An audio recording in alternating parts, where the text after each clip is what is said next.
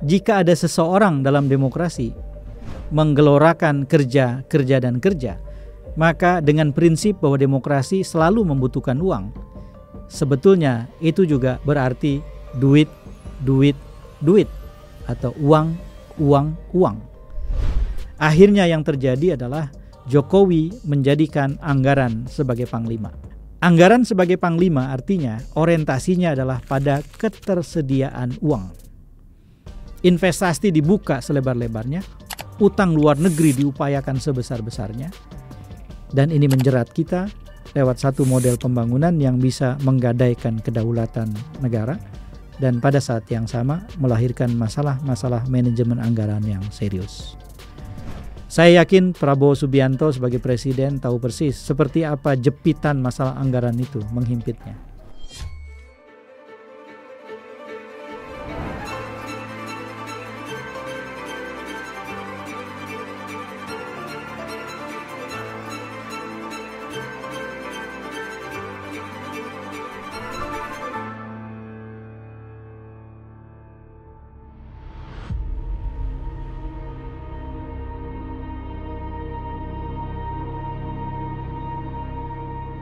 Assalamualaikum warahmatullahi wabarakatuh. Jumpa lagi dalam Keep Talking, Kang Ep Bicara.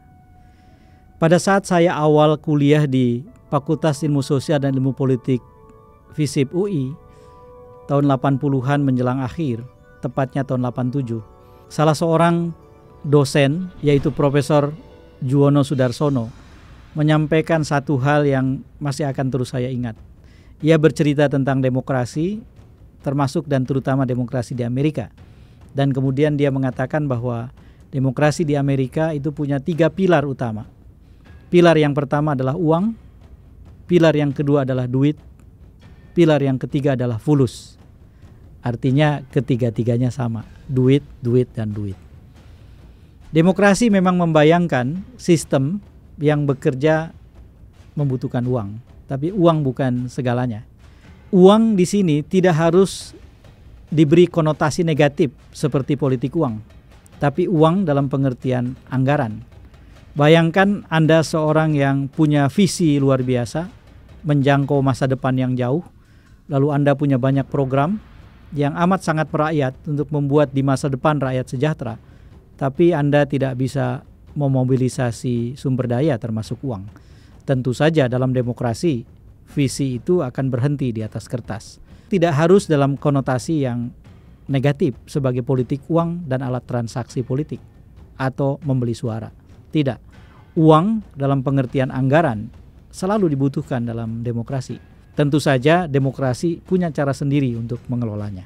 Dalam konteks itulah kita bisa bicara tentang Jokowi atau Presiden Joko Widodo yang dari tahun 2014 sampai dengan 2024 memimpin Indonesia sebagai presiden hasil pemilihan langsung.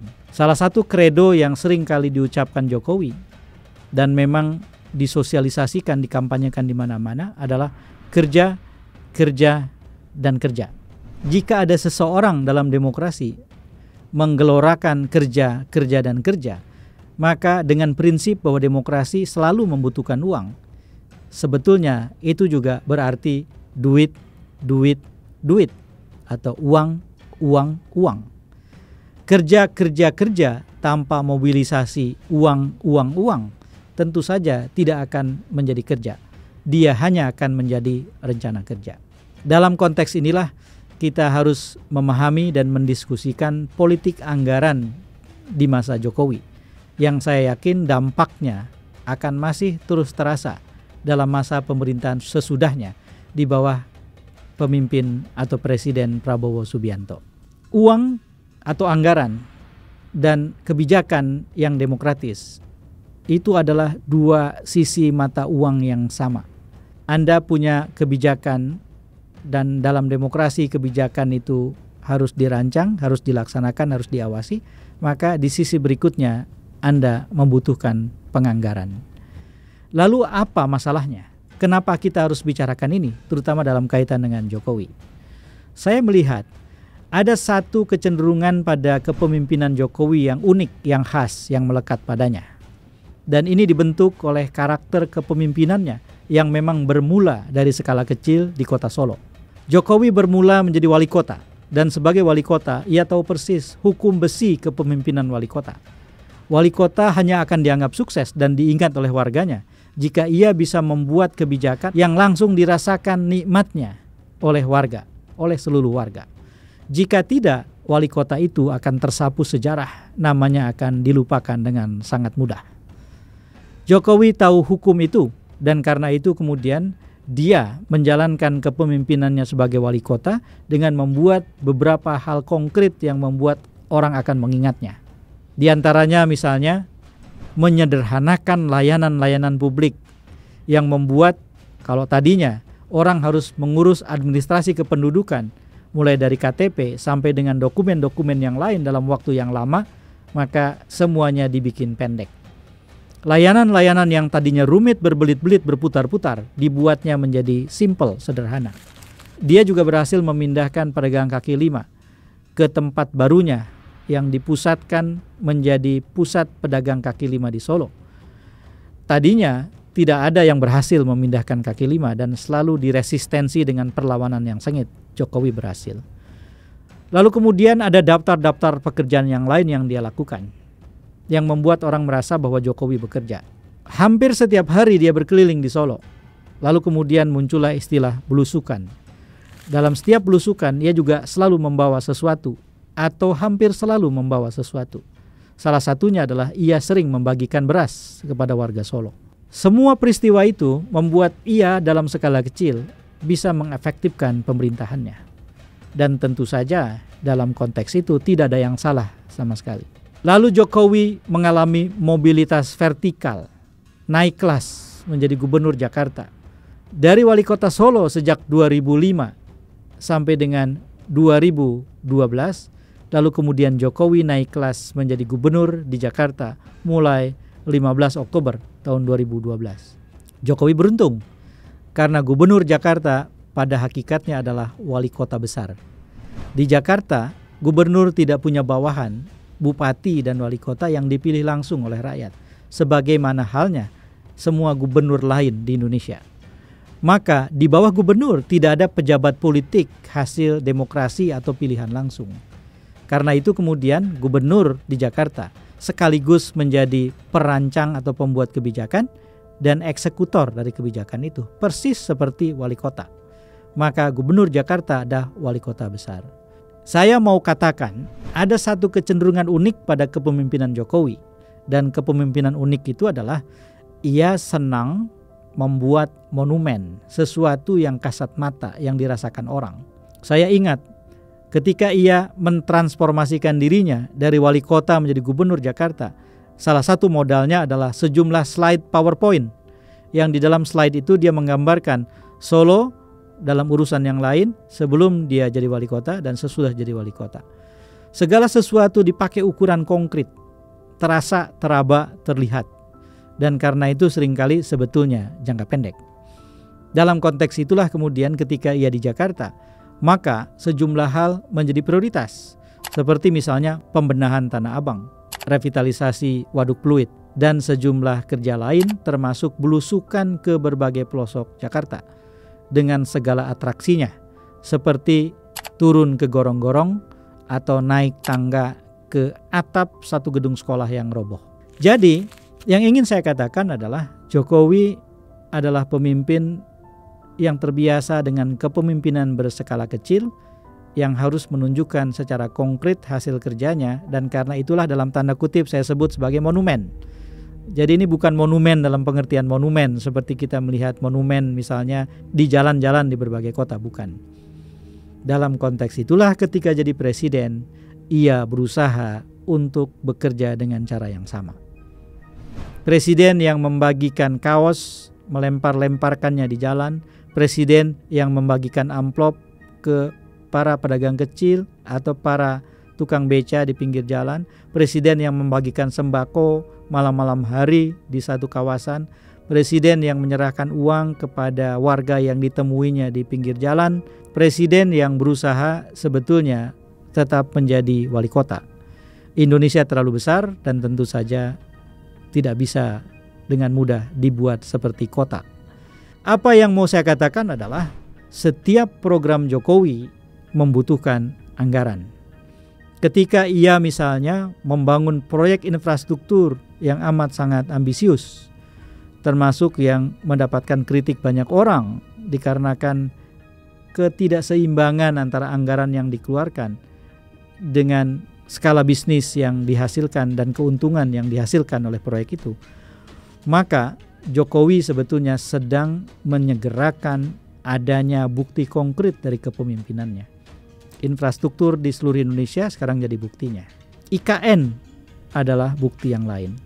Lalu kemudian ia juga misalnya membagikan bansos dalam skala besar, terutama dan secara khusus ketika menjelang pemilu 2024, yang justru tidak ada nama Jokowi sebagai kandidat, tetapi kita tahu bahwa ia sedang memperjuangkan kemenangan putranya Gibran Rakabuming Raka pada saat itu. Anggaran menjadi sangat penting. Bagaimana mungkin ada proyek infrastruktur besar dengan anggaran kurang? Bagaimana mungkin proyek IKN yang membutuhkan hampir 500 triliun itu jika tidak ada anggaran? Bagaimana mungkin ia bisa melakukan banyak sekali aktivitas dengan bukti yang ingin segera konkret jika tidak ada anggaran? Akhirnya yang terjadi adalah Jokowi menjadikan anggaran sebagai panglima. Anggaran sebagai panglima artinya orientasinya adalah pada ketersediaan uang. Investasi dibuka selebar-lebarnya, utang luar negeri diupayakan sebesar-besarnya, dengan grand design yang terbatas, yang kemudian melahirkan dampak yang sudah dibicarakan dan dikritik banyak sekali orang, terutama para ekonom. Dan akhirnya yang terjadi adalah anggaran menjadi persoalan yang sangat serius dalam 10 tahun, terutama tahun-tahun terakhir pemerintahan Presiden Jokowi. Politik anggaran ini kemudian menjadi persoalan. Kita tahu bahwa memang Indonesia punya Menteri Keuangan yang konon pandai menjaga anggaran, pandai menata-nata dan mengelola anggaran. Mungkin karena sebab itu, 2 periode Jokowi, Menteri Keuangan yang sama dipakai, dan sekarang Presiden Prabowo menggunakan Menteri Keuangan yang sama. Politik anggaran yang khas dijalankan oleh pemerintahan Jokowi membuat kita harus mengeluarkan ongkos yang sangat besar. Utang luar negeri misalnya, skalanya tidak pernah sebesar seperti di bawah pemerintahan Jokowi. Keterikatan kita dengan negara-negara yang berinvestasi, terutama negara Tiongkok, itu membuat kita punya persoalan yang sangat serius berkaitan dengan soal itu. Sejumlah proyek pembangunan besar seperti misalnya IKN sekarang ini sedang terancam karena persoalan anggaran. Investor tidak masuk seperti yang disampaikan secara tidak akurat, tidak sesuai fakta oleh Presiden Jokowi dulu. Lalu kemudian begitu juga dengan banyak program-program yang lain. Anggaran menjadi persoalan. Menurut hemat saya, inilah yang membuat kerja di masa pemerintahan Jokowi melahirkan persoalan baru bagi kita, karena kita harus punya uang. Dan ini menjerat kita lewat satu model pembangunan yang bisa menggadaikan kedaulatan negara, dan pada saat yang sama melahirkan masalah-masalah manajemen anggaran yang serius. Saya yakin Prabowo Subianto sebagai presiden tahu persis seperti apa jepitan masalah anggaran itu menghimpitnya. Tentu kita berharap ini bisa terkelola, tetapi menurut hemat saya, menjadikan anggaran sebagai panglima tidaklah tepat. Yang harus jadi panglima ada kepentingan dan kemaslahatan orang banyak atau warga. Lalu kemudian disusunlah prioritas yang seksama berkaitan dengan soal itu, dan anggaran dikelola secara diligent. Anggaran dikelola dengan prinsip pertanggungjawaban yang matang. Anggaran dikelola dengan pertimbangan teknokratis yang memadai, yang cukup. Yang ingin saya katakan adalah dampak dari politik anggaran seperti itu tentu saja bukan hanya di masa pemerintahan Jokowi, tetapi berdampak ke masa sesudahnya, ke masa kepemimpinan Prabowo Gibran sekarang. Saya yakin salah satu tantangan besar bagi pemerintahan ini adalah bagaimana mengelola anggaran sehingga berbagai proyek ambisius yang dimilikinya, yang mungkin mereka harapkan punya dampak elektoral, bisa terkelola dan tersokong pembiayaannya secara layak. Jika tidak, tentu saja pemerintahan ini terancam gagal. Lalu bagaimana kita sebagai warga? Sebagai warga, tidak ada yang gratis, saudara. Sebagai warga, kitalah yang harus berjuang sendiri untuk membuat kepentingan kita terjaga. Politik anggaran yang tidak terkelola akan menjadikan kita sebagai korban. Dan karena itu, sekalipun sepertinya pembicaraan ini mengawang-awang, tapi sesungguhnya ketika dikonkretkan, ini menyangkut hidup kita sehari-hari. Dan kita tidak boleh diam ketika ada kebijakan yang keliru yang akan membuat hidup kita akan lebih sulit dan masa depan anak dan cucu kita terancam. Saya Saifullah Fatah, wallahul muwaffiq ila aqwamit thoriq. Assalamualaikum warahmatullahi wabarakatuh.